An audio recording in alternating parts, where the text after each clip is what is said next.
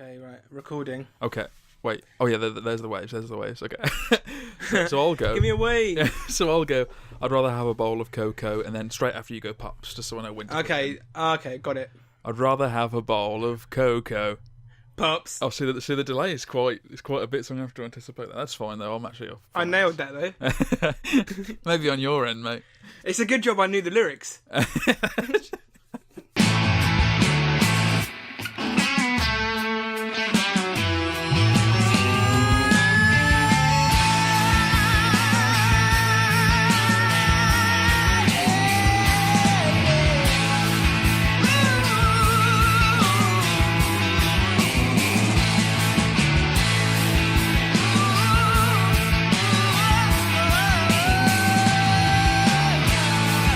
It certainly is a podcast. Ladies and gentlemen, we're back. After about, what's it been, Dan? About 6 months, something like that? I've missed us. Oh, so have I. I haven't really, though. I've just been having too much fun to care, to be honest with you. Have you? What have you been doing? Breathing, you know. Being alive is pretty entertaining. It is. I mean, it's decent. But a couple of reasons why we stopped podcasting. I say podcasting as if we did it on a regular anyway. It's just too many technical issues. I got really lazy. And yeah, the channel in general lost all of its original humour. If you noticed how when we started the channel, it was meant to be like a humorous take on the industry, and now it's just me doing really sombre reviews for everything. You pretentious twat. I know, it's terrible, isn't it? But yeah, every now and again I'll post a video of me playing something, probably with Charlotte, and just shouting. Yeah. You're the lighter side now. Well, if you want to be successful on the internet, you have to shout. Oh yeah, of course. This is a written rule, you know. On the seventh day, God created shoutcasters. You know. But yeah, ladies and gentlemen, welcome back to the I nearly said Game Slags podcast then. Jesus Christ. To the PixelWhack podcast. Old school, taking it right back. Get offended. We have 10 listeners and 8 of them were offended. yeah. By the name Game Slags. And the 8 people that were offended weren't even women. So what does that tell you about the state of things? But yeah, welcome back, people. We've got a couple of topics we're going to be talking about today. Nothing like overly topical, other than No Man's Sky, but and we're not going to be refreshing on games we've missed, or because we missed E3 entirely. Like I didn't even cover E3. So yeah, we're not going to be talking about anything like that. It's just going to be what we've been playing, and we're going to talk about No Man's Sky, and then we're going to take some questions from devout listeners. They're probably not devout, and they probably never will be, but the people who've asked us questions, basically. So yeah, Dan, what have you been playing, son? I've been playing Abzu.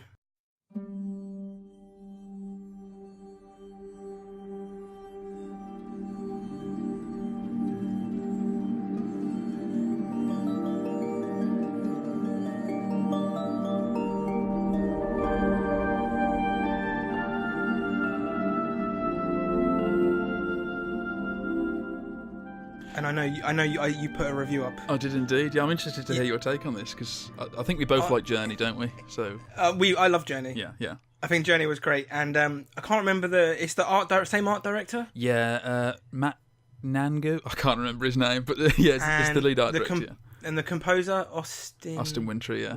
He is Austin. I thought so. I didn't want to sound stupid on the internet. Oh, God forbid. I should have researched this first. Yeah. I really enjoyed it. I thought it was... Well, actually, I say I really enjoyed it. I think it was okay. The problem is, when they were making that game, did they think, okay, what do people love? They love walking simulators, and they love underwater levels. Let's just put them both together.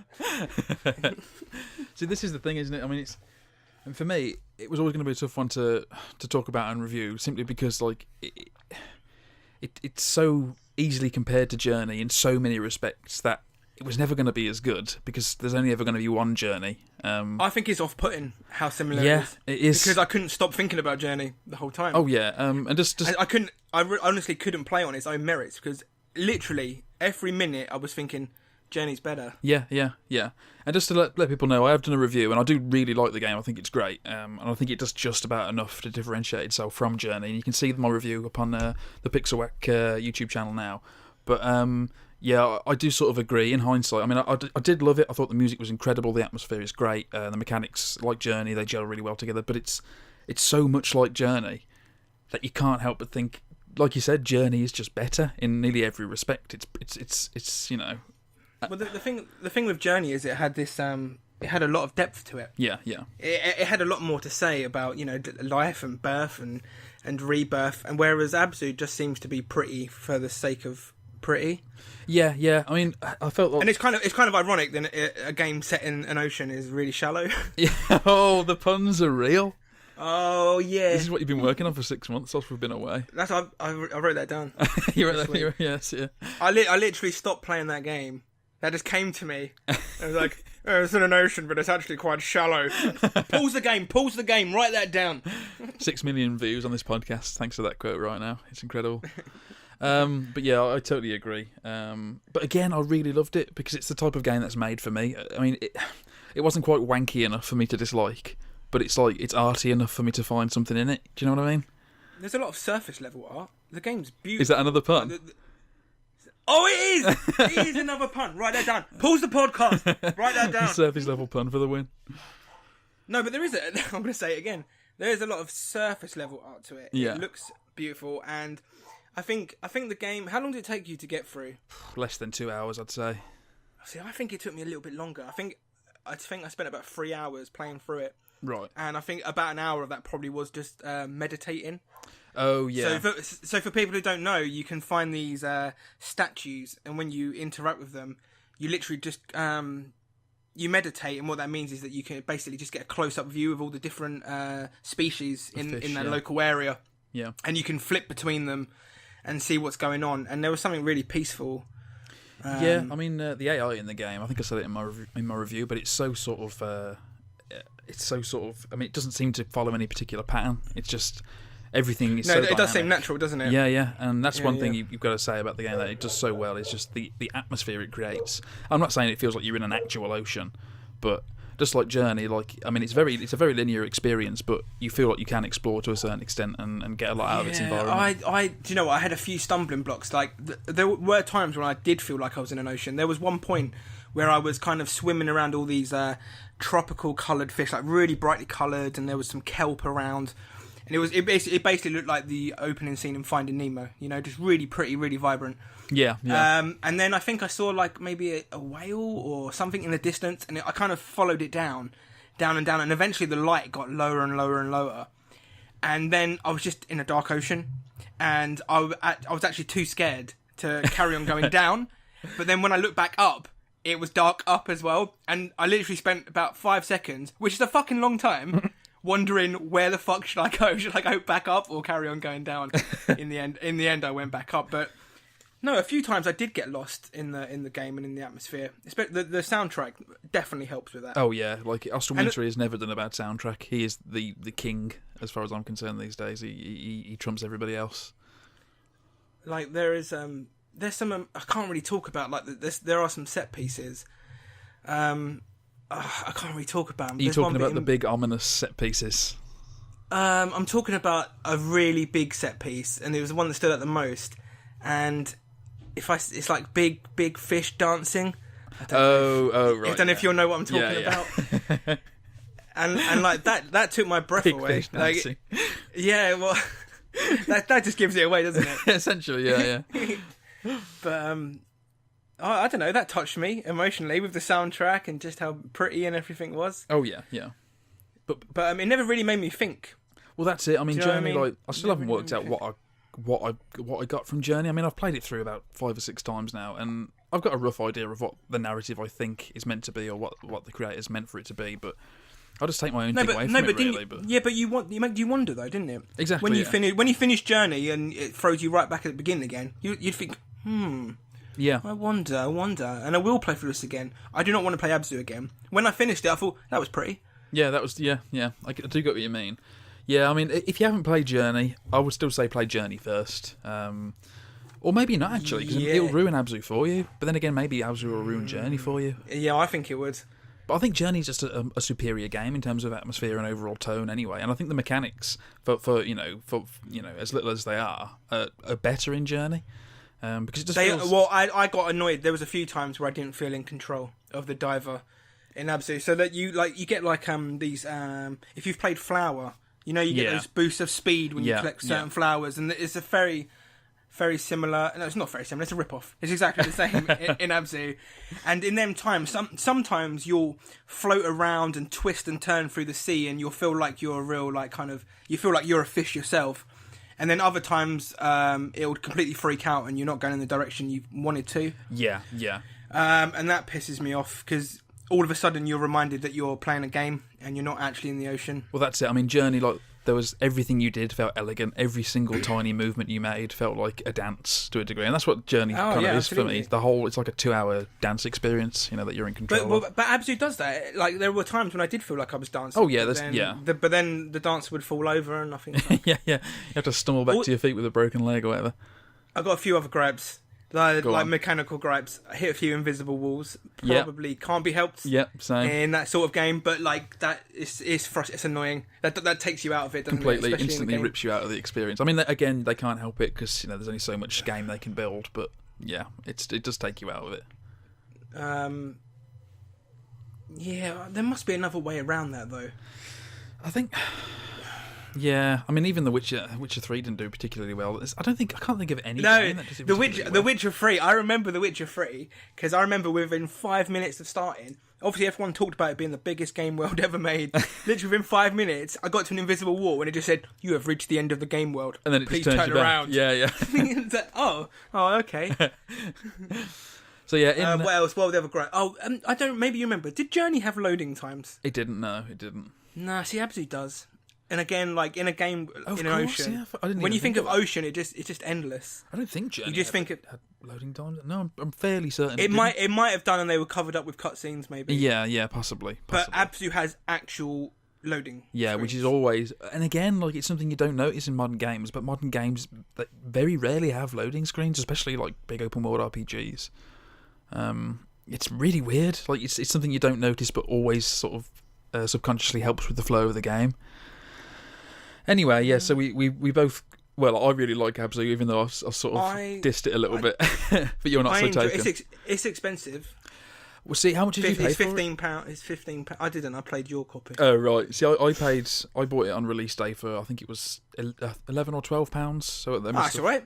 Yeah, I mean that's not bad for a couple of hours. Like, and this is the thing. Like, this is going to come up a lot because we're going to talk about No Man's Sky in a minute. Oh god. How do you place value on games like that? Because if you get something out of it, surely it's priceless. But how do you know? But then again, Steam has a refund policy, so I have a rule of thumb for myself, which is £5 an hour.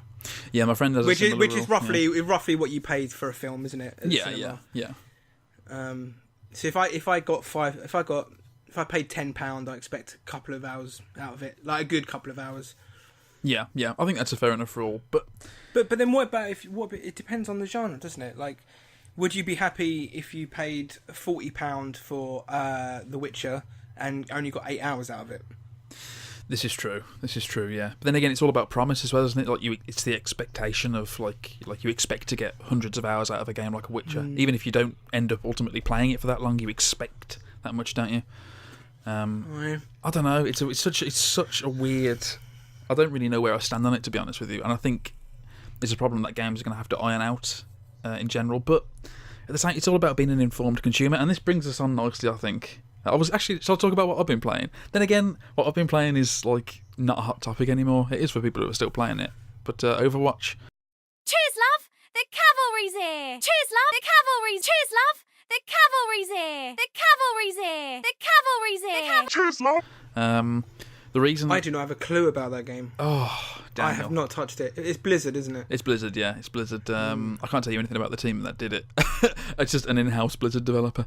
But it's just one bloke, Frank.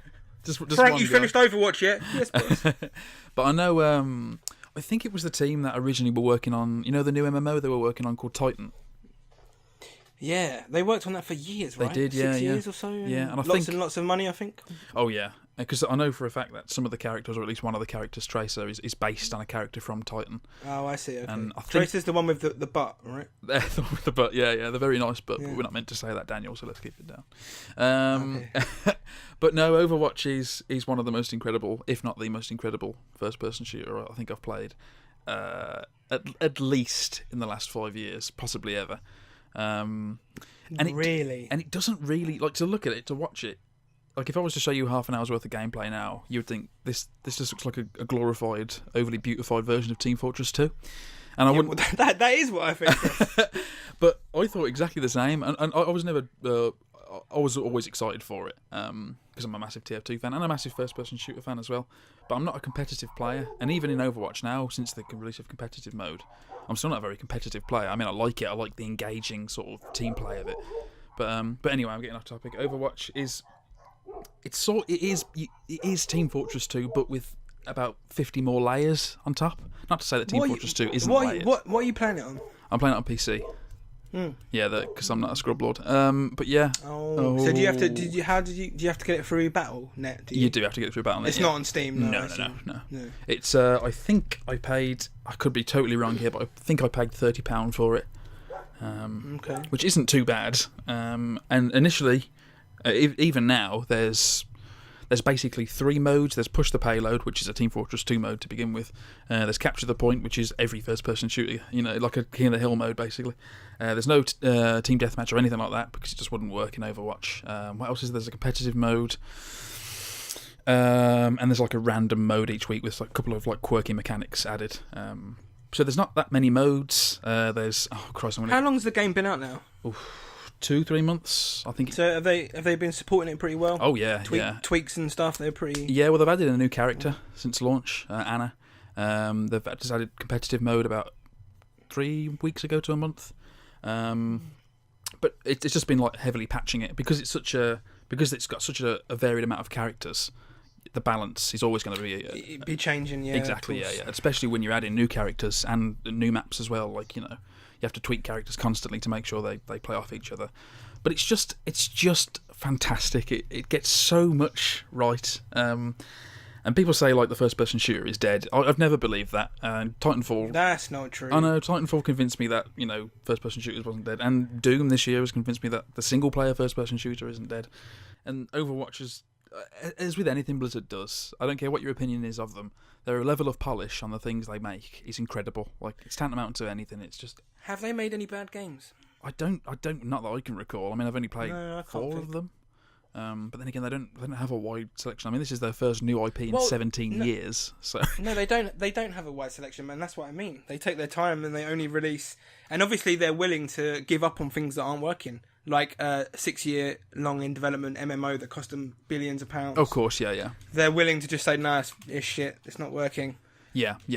Well, I think this is like they just I think Overwatch and Hearthstone to a large extent proves that they are Hearthstone. I forgot about they are king of whatever genre they choose to go into, because Overwatch is so simple. It's like Rocket League. It's the simplest sort of example, like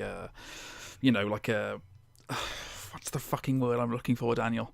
Like comparison. There we go. It's the simplest comparison. Like Rocket League, anybody can play Rocket League pretty much. As long as you know how to roughly play a game, you can play Rocket League. Of course, yeah. And Overwatch is the same. I mean, it takes a little bit longer because you have to get used to the characters, but you could go into the non-competitive mode and just have fun with it.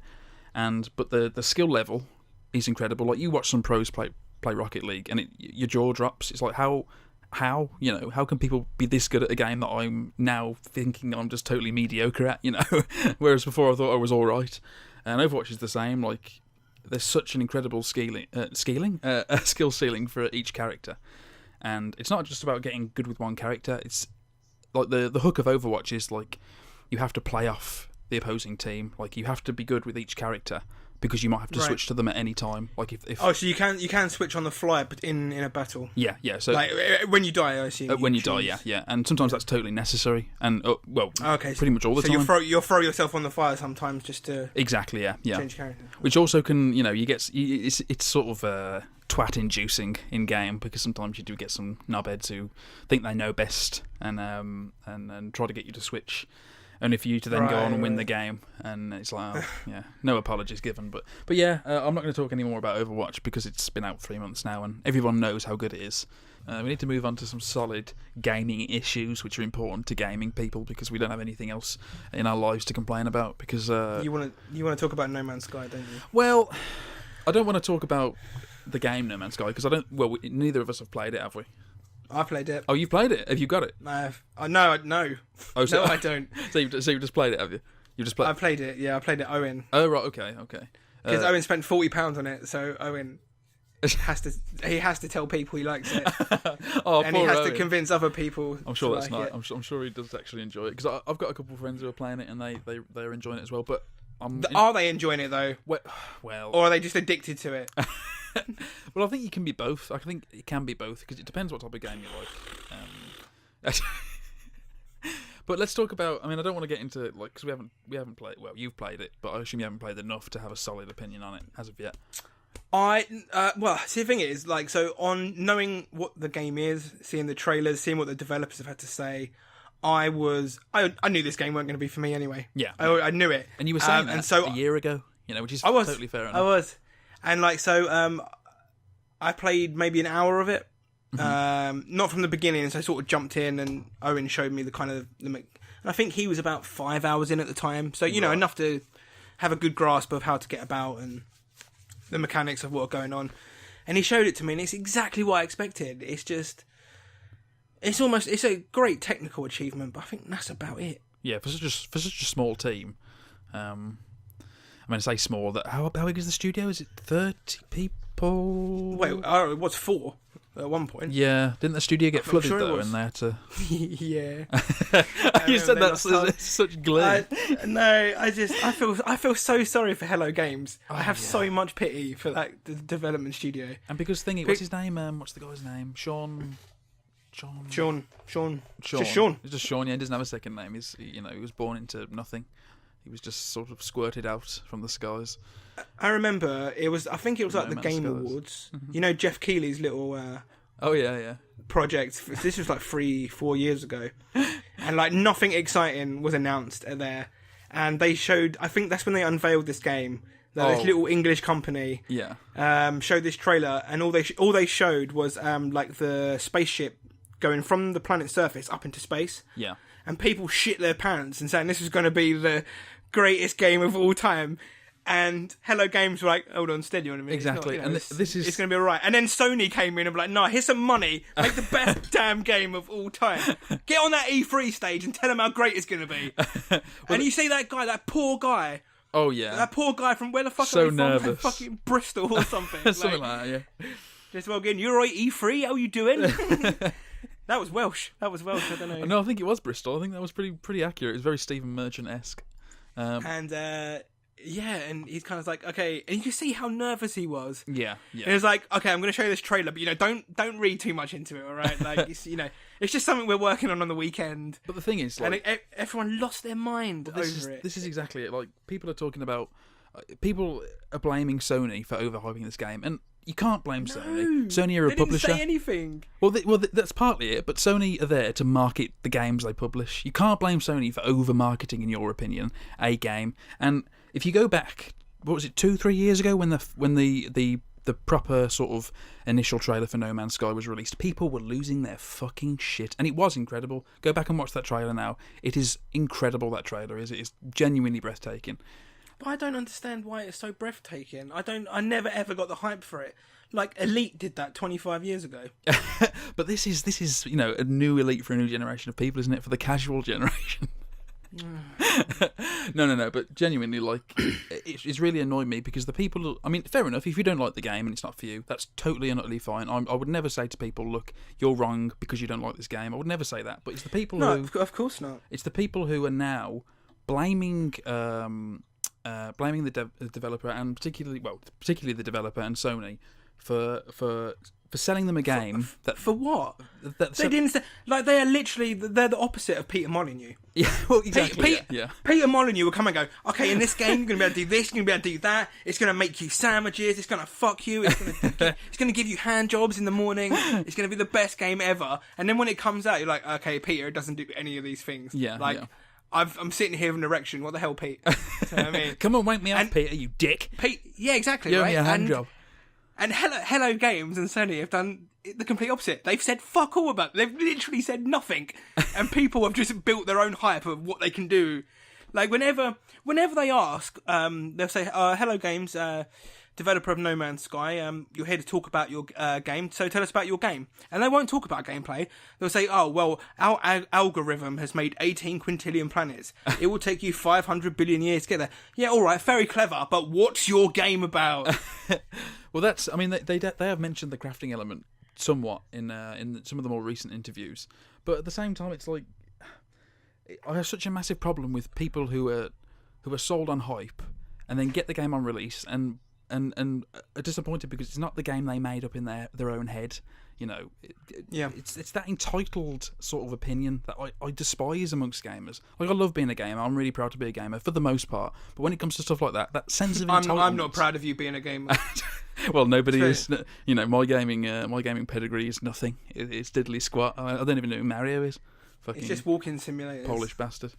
A walking simulator with an occasional scuba diving simulator thrown in for good measure. But yeah, I mean, we can talk about the price. I think it doesn't matter. Well, yeah, if a developer puts a price on a game, it's up to you as a responsible consumer to look at it and to say like you weren't informed these days with the most informed generation of our time, you know. To say that you weren't told enough about the game prior to its release is absolute dog shit. The amount of pre-release content you can get these days for free on YouTube or in written interviews. Yeah, absolutely. It's like you have no excuse. You have no excuse. And fair enough, like games, like sometimes you have to play them to understand how good or bad they are. But it really annoys me. It really annoys me. Do you want to fag? Do you want to sit down for a minute? Have you stopped smoking yet? I have, mate. Yeah, I'm vaping now. Really, it's because my neck beard's growing at the speed of light, mate. It's ridiculous. I spent some time in France. Oh yeah, and poor they bastard. drink. Yeah, I don't know what. I got back from France, and my friend said I'm going to France tomorrow, and I felt like Jeff Goldblum at the beginning of Lost World when he finds out his girlfriend's going to Jurassic Park. Yeah, I was like, get me out there! I'm getting him home. But they drink coffee there, and I don't like coffee, and so they say, do you want coffee? And I'll say, when in Rome, do you know what I mean? So I was like, yeah, that's what you do, I'll drink. Anyway, so now, 2 weeks later, I've got a coffee addiction. Still don't like it, but can't stop drinking it. I'm off my tits on caffeine. I mean, it's weaned me off crack, I suppose. Oh yeah, I mean that is one, and you're not sucking cock as much, are you now, for its feature smack addictions anymore? So that's something, I suppose. But I'm sucking more cock if anything, because I'm so fucking buzzing. I get through them quicker. So yeah, you're doing your skiing practice. PixelWhack.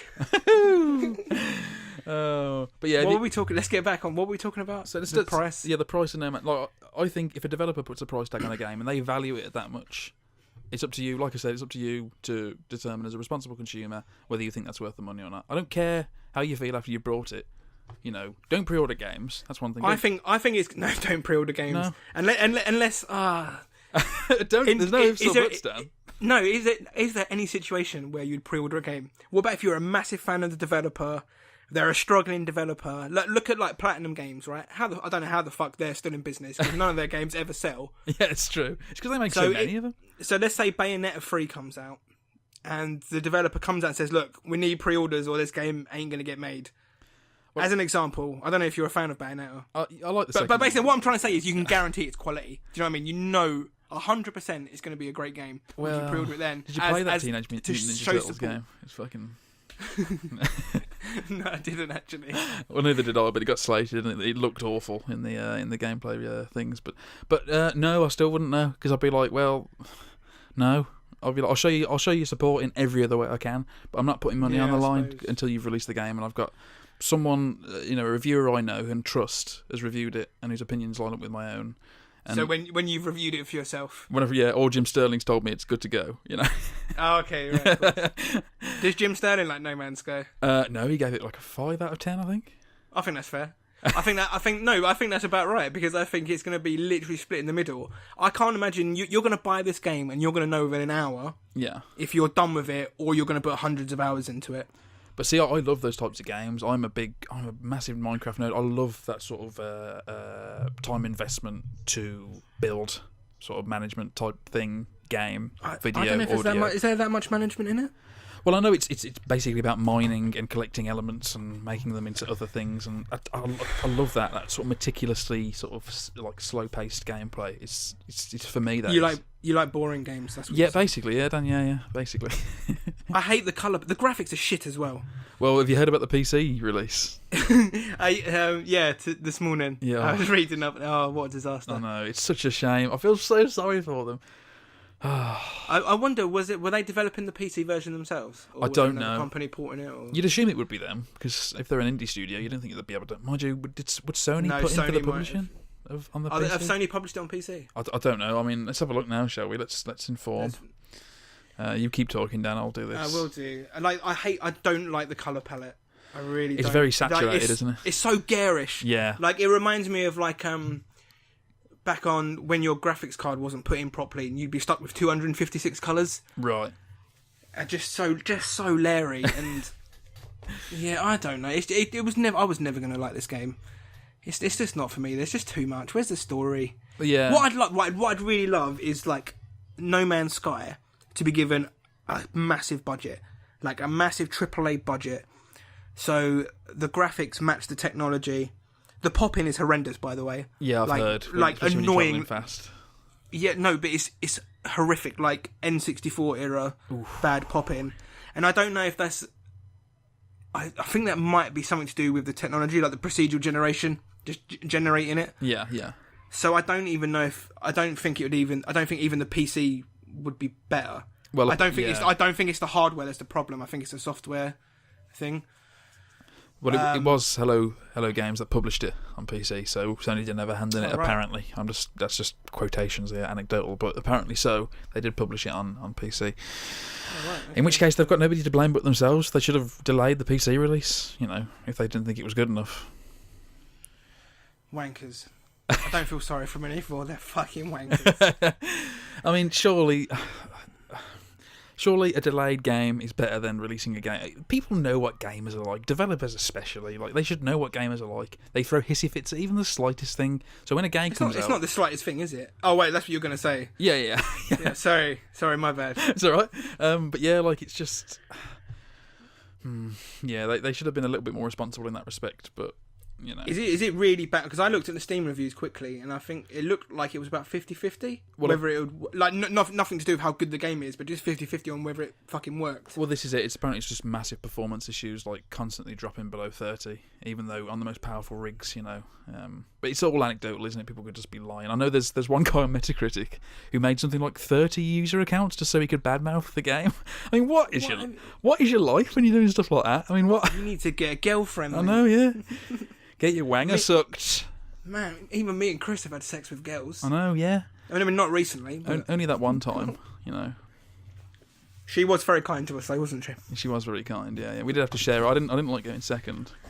Are you going to buy No Man's Sky, Chris? If I can get the pick, because I haven't got consoles anymore. That's another interesting development. I don't have consoles anymore. I didn't sell them out of dislike. My monitor broke about 3-4 weeks ago. And I didn't want to break into the savings, so I was just like, my PS4 was just sitting there like a Netflix paperweight. So I was just like, okay, I'll just get rid of that and put it towards a monitor. So I bought a new monitor, and yeah, I don't have any. What PlayStation 4 exclusives are coming up this year? Well, you've got how have I forgotten? Last Guardian, of course. Is that it? Yeah. Well, there's got to be more than that, right? Last Guardian. I don't know, mate. There's probably a lot. It'd be a load of VR. Of course, yeah. Stuff. Of course. The Last Guardian, yeah.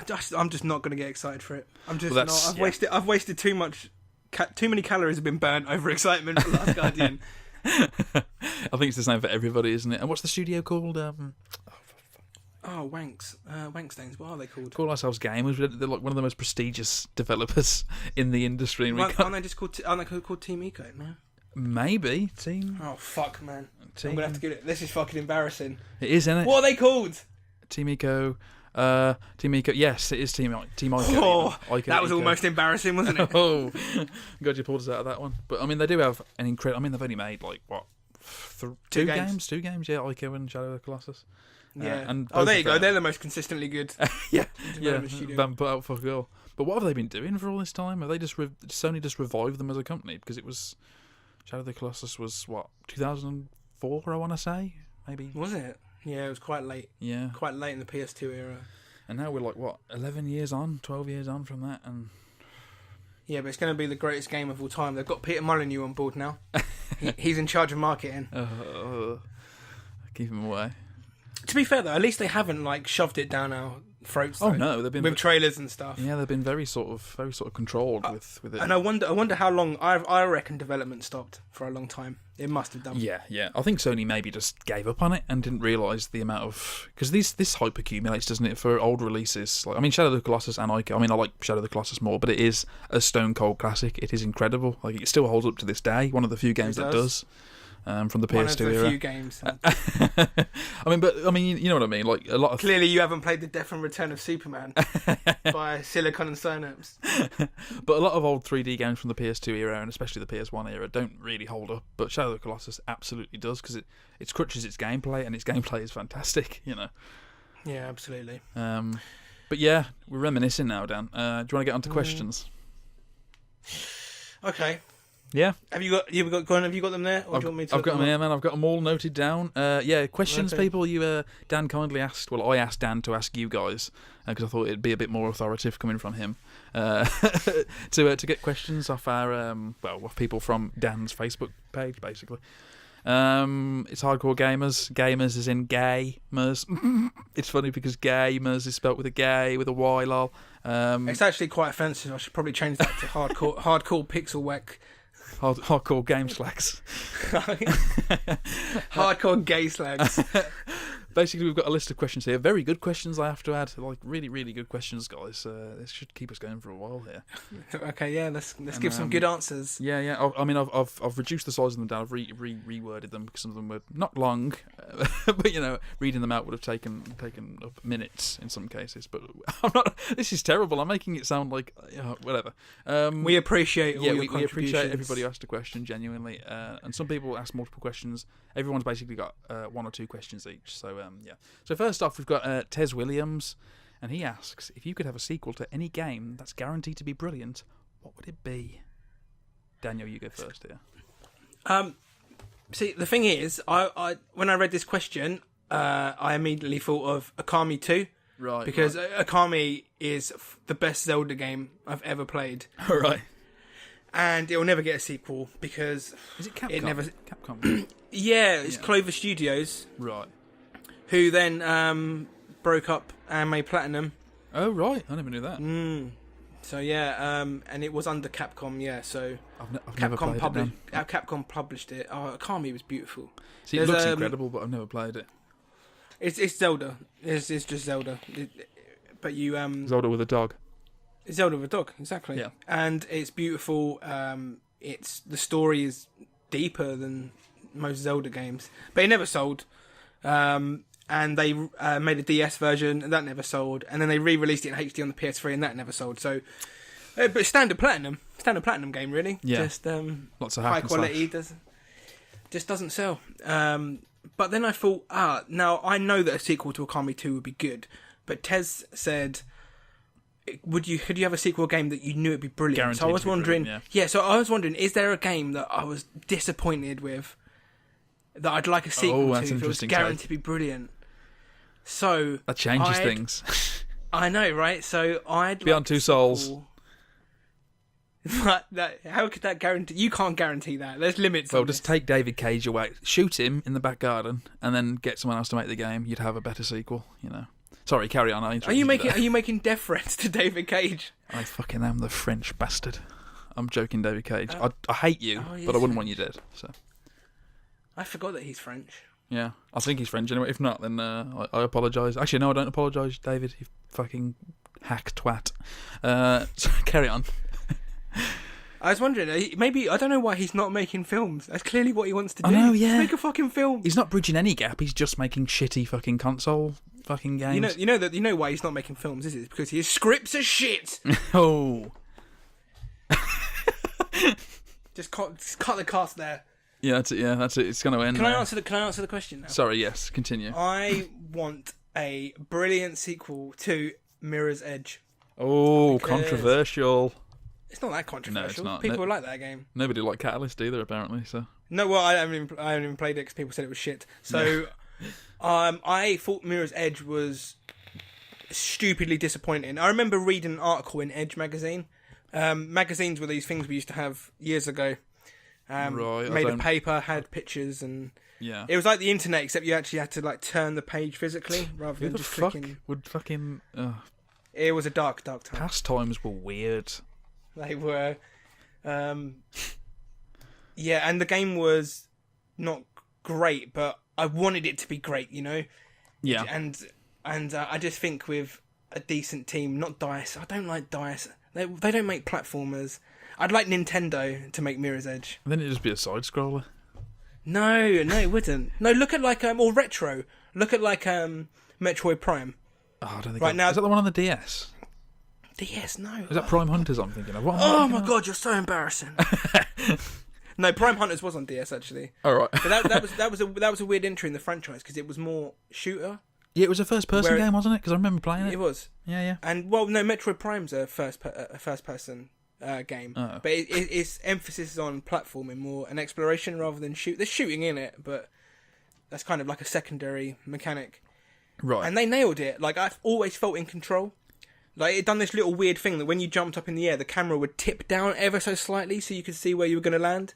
Right. And I just think if that it was so that was Retro Studios, and so I'd love to see Retro Studios do Mirror's Edge. That would be, and it's guaranteed to be brilliant. So, yeah. So I don't even have to say, oh, and I think they do a good job. I know they will, because Ted said it's guaranteed. So that's what I want. A Mirror's Edge developed by Retro Studio. Yeah, I'm with you on NX on Mirror's Edge. exclusive. I didn't like it either when I played it. I didn't, because a lot of people, it's sort of a cult classic now, isn't it? Like there's some people who really, really love it and not constantly play it, but go back every year to replay it. But I never got it. I never even finished it. It lends itself well to speedrunning, doesn't it? Yeah, that helps it a lot. That's true. What I thought, I've really struggled with this question. I can't really think of any, because all the games that I really like and want sequels for, I think either do have sequels, or I wouldn't want them to have a sequel. What about Journey 2? Oh nah, keep Journey, just keep No, but it's guaranteed to be brilliant. Oh, that's true. But then you could say anything, couldn't you? You could, yeah. I was thinking that my initial impression was E.T. E.T. I want It's guaranteed. the PC 2. The PC 2.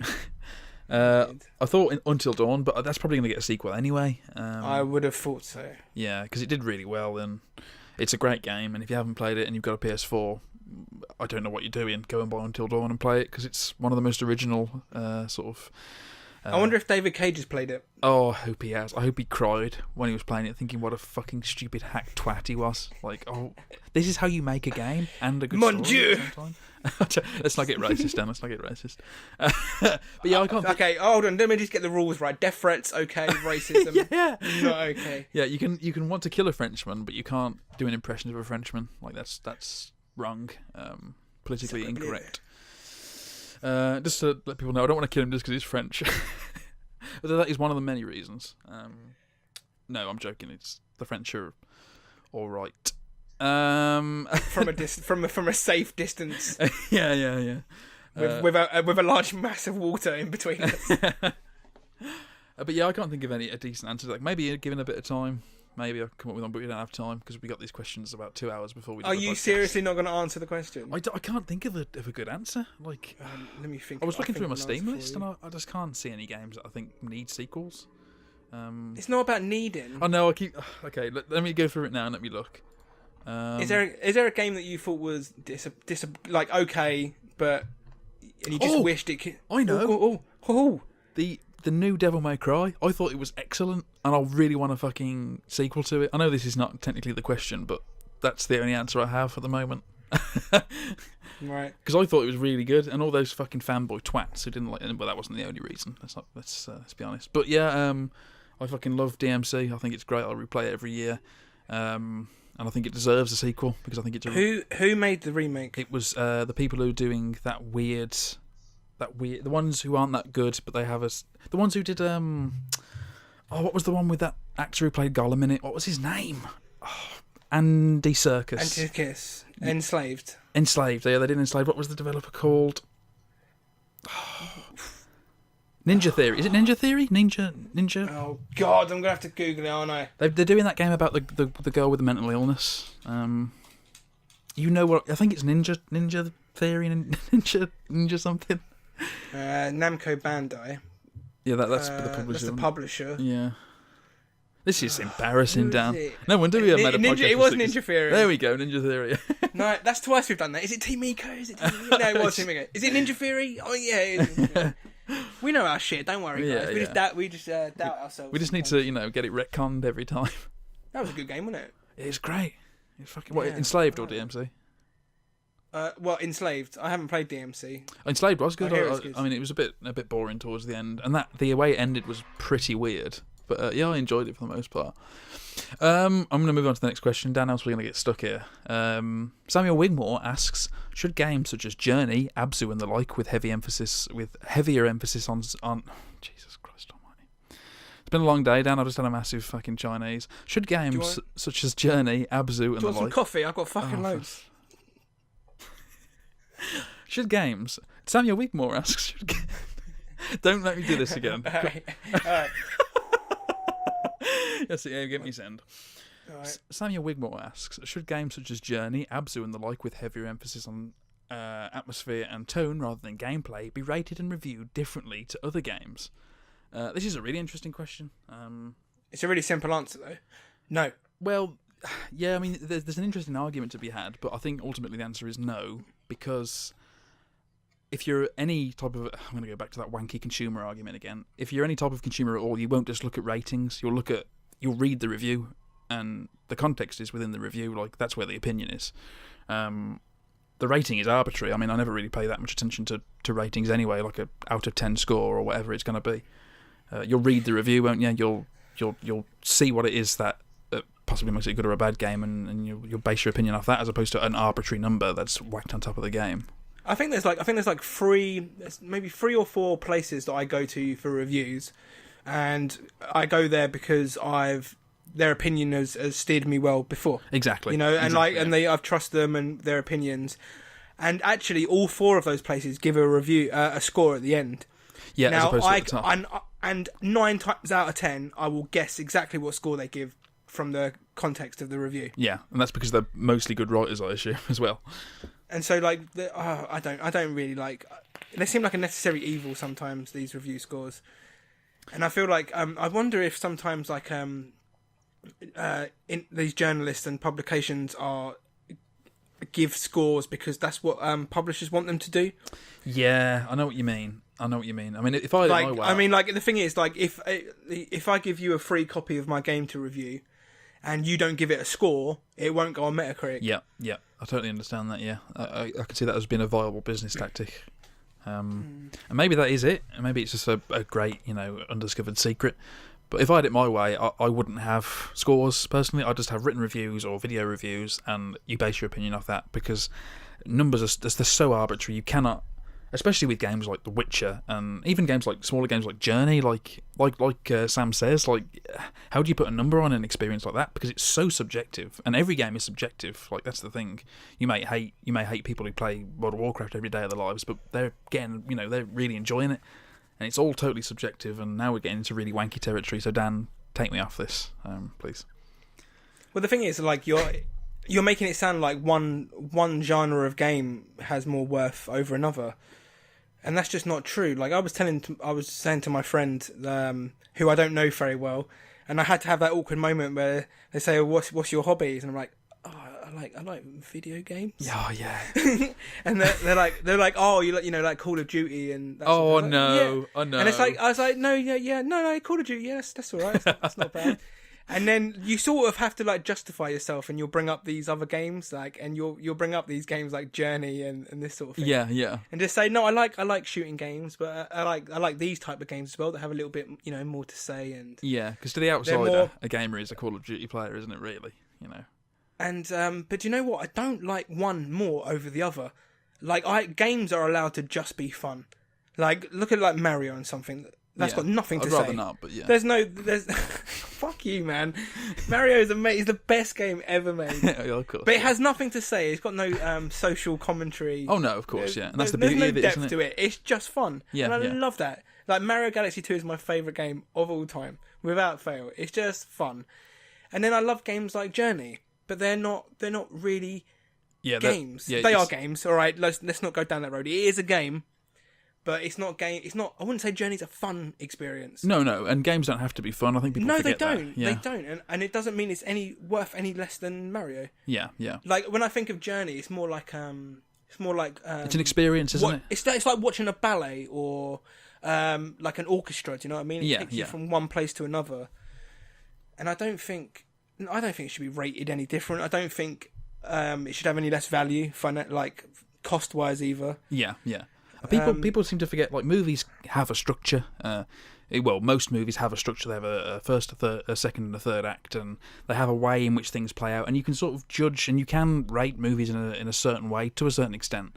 But games are so much more nuanced. That's just my opinion. But I think we can both agree that games are the most nuanced form of artistic medium out there, really.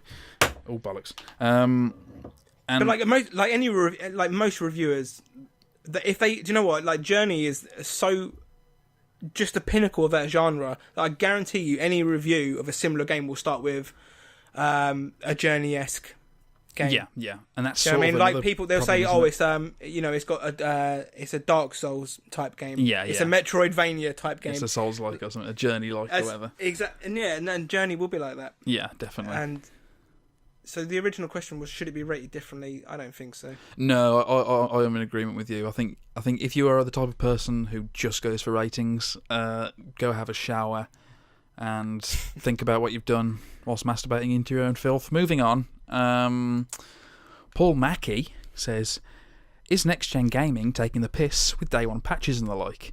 You go first, Dan, as always, and let me have time to think about this one and sort of bounce off your opinion. I don't think so. Why do they do it? Is it just to get the game out quicker? I suppose they're just meeting deadlines, aren't they? Yeah, you assume it's because of that, really. But some day one patches are do add actual new gameplay modes, and some day one patches are bigger than the actual game. Oh, yeah. Tony Hawk's. Yeah, the recent one. Is it being used for good or evil? Yeah, I think that's what it comes down to, isn't it? Yeah. Yeah, are you EA or are you, CD Projekt Red? Is this a day one patch because, you haven't had a chance to test the servers because you haven't had that many people playing it? Yeah. Or is there a few little? Have you noticed a last minute little bug? Or are you adding a new mode that you didn't quite have time to get in? Or is your game fucking broken? And you've put out an unfinished product and you're trying to cover up your tracks? Exactly. Yeah.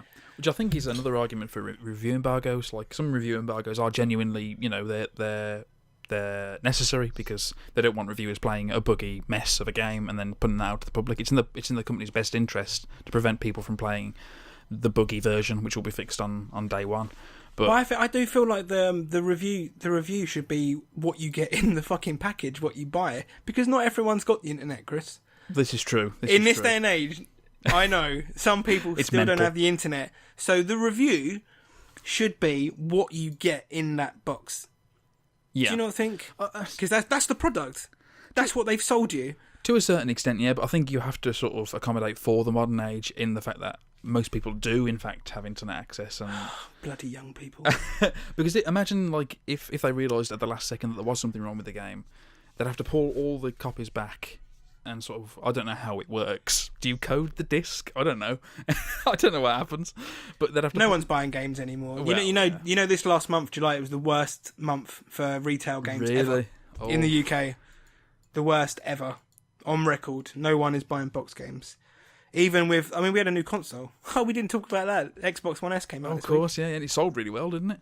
It's been selling really well. Yeah, Amazon sold out, and I think certain game stores also sold out as well. I don't know why. And they put the price up as well nice. Afterwards. After they sold out, they put the price up. Wankers. That's capitalism. Yeah, indeed. Do you want one? No. I've got nothing. It's got against the Xbox 4K One, video streaming. It's a little bit smaller. Yeah. Still no games though. Yeah. If I want, do you like playing games? On a PC. Yeah, you should probably stick to PC. There's no games on the Xbox. I'll just buy a 4K monitor if I ever feel the need to take that step up, and I don't have a 4K TV, so. And you got Project Scorpion coming out next year, of course, yeah, and possibly the PS4.5 is what they're calling it. I don't know what they're calling it. Neo, is that what it is? Project, of course, yeah.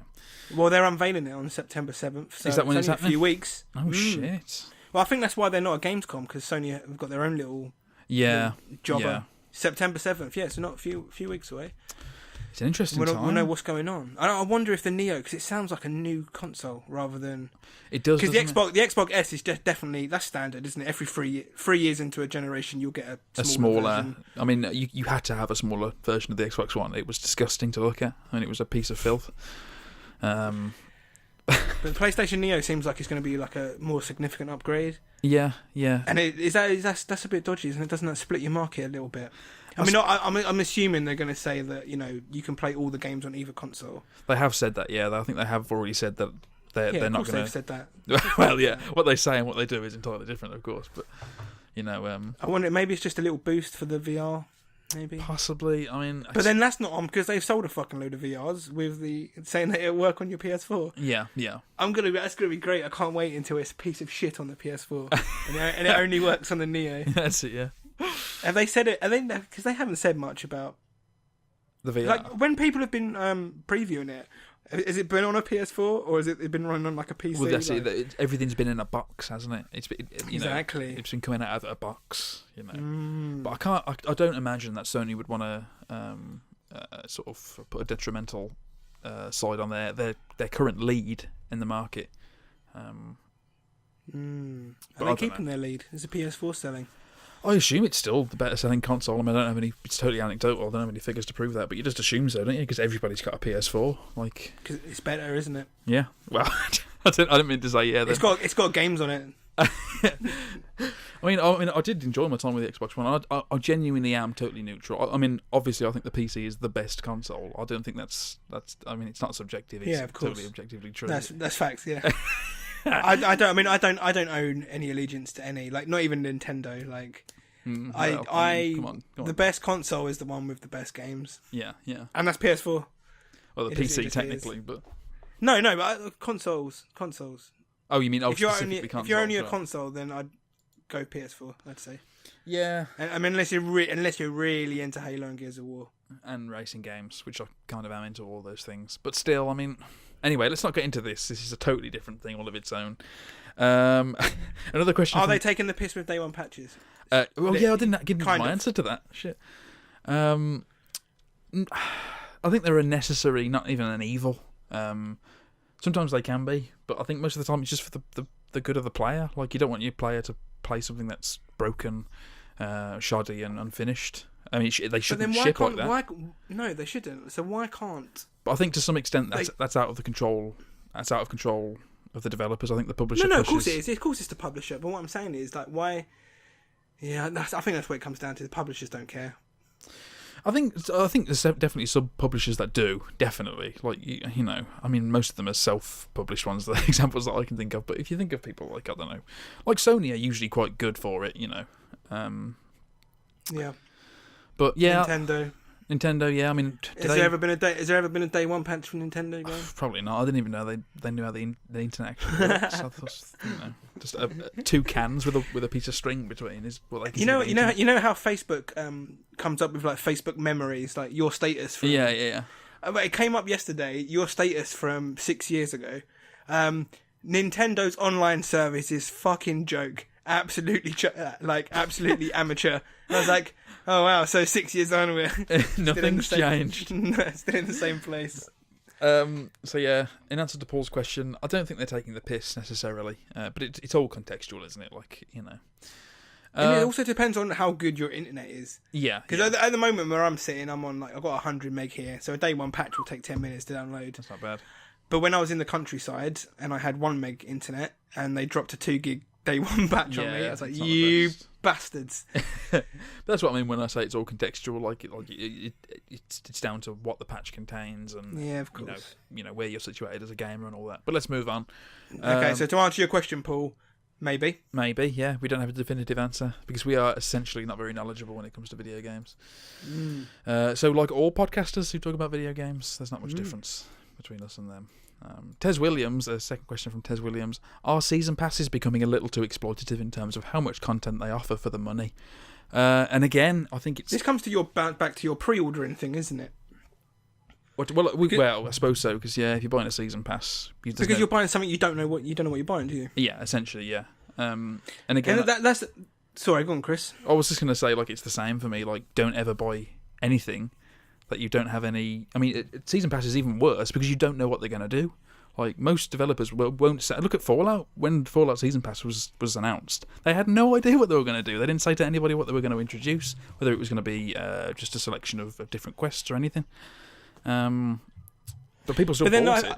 I feel sorry for the developers, because I'm assuming you a big game, your Fallouts, your Uncharted, you're going to have DLC. Yeah. It makes sense to, because people will buy it. They're generally quite high quality games. And I feel sorry because I think I remember with Uncharted, they were selling Season Pass. Mm-hmm. Have we seen any of that yet? Have they released anything? I don't think so. I haven't turned it. Well, I haven't got PS4 anymore, so. Or even Fallout 4. Let's stay with that. So they will say, okay, here's before the games come out, buy the Season Pass for £30, and you'll get, I don't know, was it 3 slices of DLC or something like that? Yeah, I think it was. And they'll say, and the consumer will say, okay, so what are you doing? And Bethesda will say, I don't know, we haven't even started working on it yet. And people go, well, we ain't going to buy it then. And they'll be like, oh, okay. And then you flip it, and they say, £30 for a DLC part, what are you going to give us? And they'll say, oh, we're going to do this, we're going to do that, we're going to get this. And then they'll go, whoa, hold on. Sorry, so you've started work on DLC before you've released the game? Yeah. And it's like, they can't win. People are going to get pissed off of them either way. Yeah. But isn't there a downtime period between when the development finishes and when the game's actually put out, where they... Yeah, so when the game's gone gold and it's shipped off to be printed and... Yeah... But still, kind of. I mean, I wonder in this day and age if that is still true, because, like you say, they've got to work on their day one patch. Yeah. Once the game's shipped, especially with like the bigger games and stuff.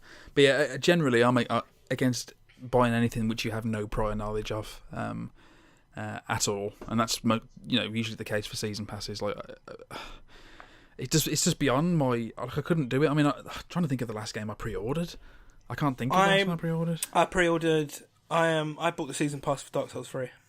Right, you fucking sellout bastard. Well, no, but the thing is, I look at their track records of DLC. They didn't make Dark Souls 2. I mean... What are you talking about? Oh, okay. Right, so Atari's of the Abyss, that might be the best DLC of all time. It definitely is, I think. I don't think there's anything which is as good as Atari's of the Abyss. And then you've got the old Hunters DLC for Bloodborne. It's fucking fantastic. But I heard it was great. Good. It's great. Some of the best boss battles are in the DLC. And then you look at Dark Souls 2, which weren't great, but the DLC for it is fucking excellent. And the best areas in the game in Dark Souls 2 is the DLC. So they literally have a 100% track record of doing decent DLC. And we haven't heard anything about it since Dark Souls 3 came out. I thought at E3 we might get a trailer drop for DLC for Dark Souls 3. Yeah, that's true, actually. We haven't had a scrap of news, have we, about what's coming next for it? We got Gamescom next week, so it's got to be there. Yeah. Namco Bandai are there, so it's got to be there. Yeah, you'd hope so. Because I'm really looking for... I mean, I love Dark Souls 3. I think it's excellent. My second favourite in the series, I think. What's your first favourite? Initially, I thought Dark Souls 3 was the best one when I finished it, but in retrospect, I still think Dark Souls 1 is the best. I think so too. Yeah. I think so too. Bloodborne is probably tied, actually, though, with Dark Souls 3, because it is exceptional. They're all great games, they are, apart from Dark Souls 2. Fucking B-team. But yeah, I mean, I suppose there's, again, contextually, there's certain times where it's sort of acceptable to resign yourself to just buying the season pass, because it is cheaper to buy the season pass than it is to buy each piece of separate content. But like I say, like it depends on the quality, because I would not buy a Bethesda DLC pass because the quality is up and down. BioWare is exactly the same. Yeah, the quality is up and down. The only reason I got Dark Souls is because they have a 100% track record of good DLC. Oh, another one Mario Kart DLC. I pre-ordered that. Oh, right, okay. Both lots of Mario Kart DLC, but again, it's fucking Nintendo. And Nintendo are just... You can guarantee the quality. Yeah, and it's in-house as well, isn't it? Like, Absolutely. In fact, I can't think of much DLC that I've actually bought. The standouts are the Mass Effect 2 DLC, which was incredible. The Mass Effect 3 DLC was just as good. The Leviathan pack was fucking incredible. What's the Mass Effect 3? Oh, I think it's free. It's the one where what's the one? Is it the Citadel? What's the one where they have like the day off? The reunion. Yeah. That's great. That's pretty good. Yeah, that is excellent actually. It had like a more like comedy tone to it. Yeah. Yeah. But was it the Lair of the Shadow broke over the second? That's the best. Oh, that's 2. So good. And like I said, the Leviathan. Anyway, we're just reminiscing about good DLC here. So basically, what we're saying is there are, of course, good examples of DLC that are good, but you don't know that before purchasing it. And I think it's people talk a lot about exploiting gamers, and I think they're a business. You know what I mean? They are a business, and you're not a twat. Like Exactly. no one's forcing you to buy it. It's like here's this thing that you can have. And you can just say yes or no. Yeah. Are they taking the piss? They like maybe, but only in a kind of cheeky like Del Boy. Go on, it makes sense. Go on, exactly. have a go. Do you know what I mean? Like, it comes back to the same thing every time for me. It's like just be informed as a consumer. It's your responsibility. It's not a choice. It's your responsibility to be an informed consumer. Else you can't complain. You know what I mean? If a company has openly lied to you in like press releases or videos or whatever, or has deliberately manipulated marketing prior to release so that you think you're buying something different, then I guess fair enough. But even then, just wait for reviews to drop. Just wait for it. It's like usually a day after, sometimes even on the day, most of the time even on the day. You won't have to wait. There's no need to pre-order or get season passes. Just wait. Just fucking wait. Just fucking wait. We should move on because we're moving on to like an hour and a half here. So your wife has a great question, but I didn't note it down in note form. Basically, I'll read it all out. Okay. What do you think it's going to take for Telltale to prove that it is king of the episodic storytelling format? Which one of their franchises would you want to see a sequel for? And what would you want them to do to it to make it better than Life is Strange? Cheeky little dig there at Telltale. Life is Strange is much better than anything Telltale has done, mate. See, I still can't get past the first episode. You should. It's a cringe fest, man. I can't do it. It is a little bit. It is cringy. Oh, it makes my skin crawl when I play the first episode. I'm sure it does get better. Sometimes I don't know the slang words they use, Chris.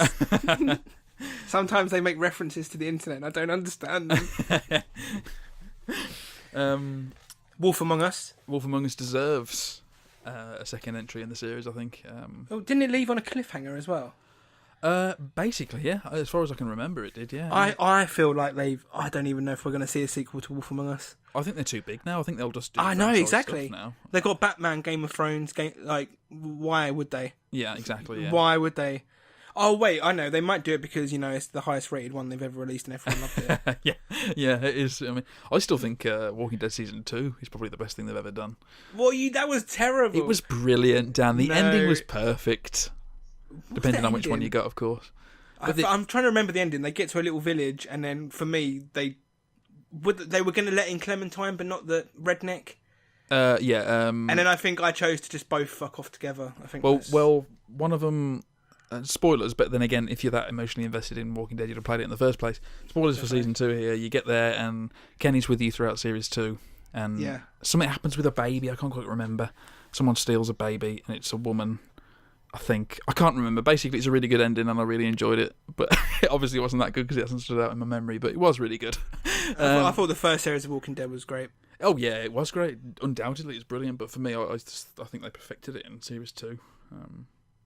But yeah, Wolf Among Us is fantastic. To me, the only bad thing Telltale has ever done, and I haven't played the Batman game yet, despite being a massive fan, but I refuse to pay, like, what is it, 30 quid for episodes I don't know anything about. I wonder how many set games they sell off the bat. Eventually they'll give away the first episode for free. Oh, yeah. Right, so I wonder how well they do off that. I wonder what percentage of people play that first episode and then buy the rest. Maybe it's a small amount. Maybe that's why they sell it all in one now, unless you're on a console. Maybe that is why. I just wonder if it would benefit them just doing that all the time, just from day one. Right, here's the first episode. Yeah, maybe. I don't know. It depends on how good it is, though. I've heard Batman's not very good by all accounts.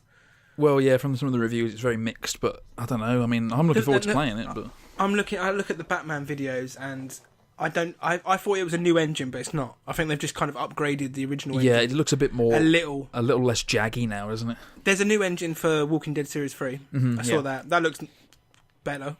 That's all, really. Just better. Slightly better. Yeah, it looks better. But graphics don't matter. They don't. All right, they don't. But, it's not... Sometimes they do. No, but they do though. Like when you're telling, because especially when it's like a comic book. Oh yeah, Just look, they got you can look at a game and know it's a Telltale game because they all have this same sort of papery aspect. aesthetic. Yeah, exactly. Yeah. And when The Walking Dead came out, you kind of let it slide that it wasn't like the artistry covered up a lot of the technical limitations. Oh yeah. But there were still bugs and there were still some.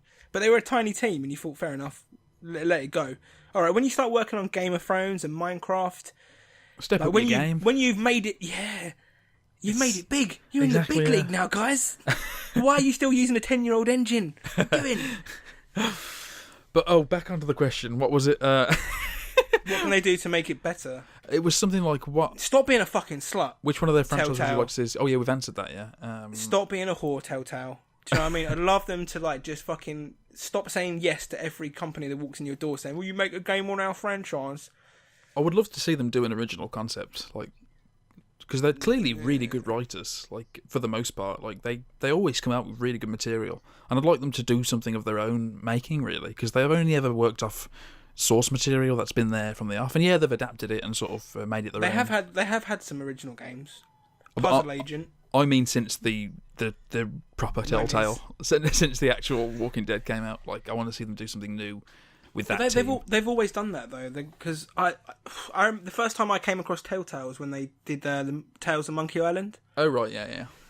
And they were pretty good. They were not great, but they were all right. I played the Jurassic Park one, that was terrible. Yeah, it was shit. It was terrible. And then obviously Walking Dead was when they smashed it, wasn't it? Really? Yeah. But to prove they're king of the episodic format, I don't think they really need. I mean, like I said, I've liked pretty much everything they've ever done, and I think people complain about the choices don't really matter, but for me that doesn't matter. That what matters to me is them writing it convincingly enough to convince me that they do matter. Like, like I feel like I'm backed into a corner sometimes with some of their choices. Like I don't know what to pick, and it doesn't matter whether it's like the hardest decision for me was in Series 2 of The Walking Dead, and it was about which character to sit next to, like. Because I was so torn between these two characters and showing each one affection. I was like, I don't want to, and that was one of the hardest choices for me, and that's proof concept of the fact that they are really good writers. So I don't think they need to change anything particularly, other than, like you said, a new engine, and maybe I'd like a new engine. I'd like it to feel different. Like since The Walking Dead. Every Telltale game, it feels like a Telltale game. Exactly, yeah. I don't know if that makes any sense, but I know I'm playing a Telltale game. Like the from The Wolf Among Us to Batman to Minecraft, they all look and feel exactly the same. Yeah, it's just like a palette swap. To the point now where you feel like you could just watch a playthrough on YouTube and not really miss much. No, I don't think so. But I don't know what they can do, because that format is so sort of it's their standard now, isn't it? They've sort of pioneered that, and that's their standard now. And I don't know. Do you think they've got much money? I'd imagine so. I mean, the amount can't they get a little team working on something original? Are you going to play Pony Island? I need to play it. Please play it. I will. I'll play it before. If we're going to do another podcast, I'll play it beforehand and let you know. You've said this before. I know, but you've got it, and I've got access to your Steam account now. So have you done it? I think so. I think I have actually logged onto yours and had a quick. If not, we'll sort that out as soon as we stop recording. Yeah, we should be any minute now because we are now. We should stop now. Well, people, thank you very much for listening. I'm sorry it's been so long. You're probably not, because you're probably glad it was gone, and I don't blame you, because it was a poorly edited mess of just nonsensical drivel, which isn't really changed up in the last 6 months. But yeah, it's been good to do this again, Dan. I don't know how you feel about it, but it is good to sort of just I need more coffee. Yeah, I started drinking again recently after 3 or 4 years of not drinking. My friend came back from Sweden and introduced me to White Russians, and I've been drinking them nightly for the past month. There's nothing wrong with that. That's fine. Yeah, so I now vape. I drink. Oh, he vapes. Are you a vegan as well? I drink White Russians, and I once was a vegetarian. The neckbeard is is approaching. But yeah, people, if you did enjoy this podcast, it will be hopefully across all platforms, but it will be on YouTube and SoundCloud and hopefully iTunes, but I'm not going to be responsible for that, Dan, so you can do that because it's too much of a fucking pain in the ass for me. I can do this. And show your support to us if you do enjoy it, or don't. any criticisms, just keep them kind, or reasonably critical as opposed to just throwing shit at the wall. Yeah, we'll hopefully be back in the future if you're up for it, Dan. How about you? I don't know what you feel, but I'm up for doing this again. It's like what you say to a prostitute at the end of the night, isn't it? You're a bit of a racist. A bit of a racist, sexist pig. Yeah. No, but I love it. let's be honest. I mean, foreign women, foreign just the. Oh! That's getting cut. You definitely have to cut that. Or you could just bleep it so no one knows who you would be derogatory to. Yeah, that's it. I'll bleep that, and then it will just be this commentary afterwards. Horrendous. You think you know someone? Yeah. Yeah. No, seriously, I do hate especially all types of and as well. I don't like either. No. Oh, Jesus. Oh God, can we just stop now? Yeah. So yeah, thank you very much, people, for for listening. And yeah, we'll see you next time. Do not forget to keep checking the channel because I'm always throwing up reviews. That's my dog barking at someone at the door. So yeah, I'm gonna have to go now, people. So thank you very much for listening, and yeah, we'll see you in the next one. Bye. Bye. Filthy.